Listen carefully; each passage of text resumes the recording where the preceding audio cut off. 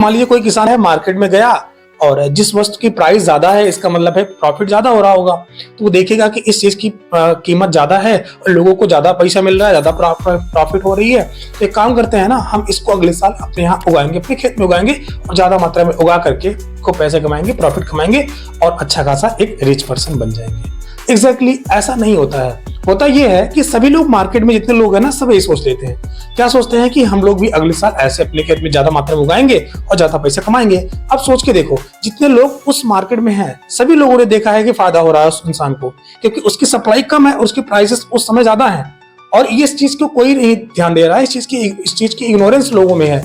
लेकिन फिर भी लोग क्या सोच रहे हैं कि इस चीज की सप्लाई हम ज्यादा मात्रा में नेक्स्ट टाइम कर देंगे। कहने का मतलब है कि नेक्स्ट टाइम हम इसी प्रोडक्ट को, यानी इसी वस्तु को हम ज्यादा मात्रा में उगाएंगे और बेचेंगे तो फायदा होगा। अल्टीमेटली क्या होता है, सभी जो है वो अपने खेतों में अगले साल उगाना शुरू कर देते हैं। आप सोच के देखो, जब अगले साल सभी लोग अपने उस खेत में उस चीज को बो देंगे और ज्यादा मात्रा में वो चीजें हो जाएंगी, तो ऑटोमेटिकली उस चीज की प्राइस डाउन हो जाती है। अंत में क्या होता है, उनको लॉसेस देखने को मिलते हैं, उनको हानि उठानी पड़ती है उस अपने प्रोडक्ट्स के लिए, उस अपने वस्तु के लिए।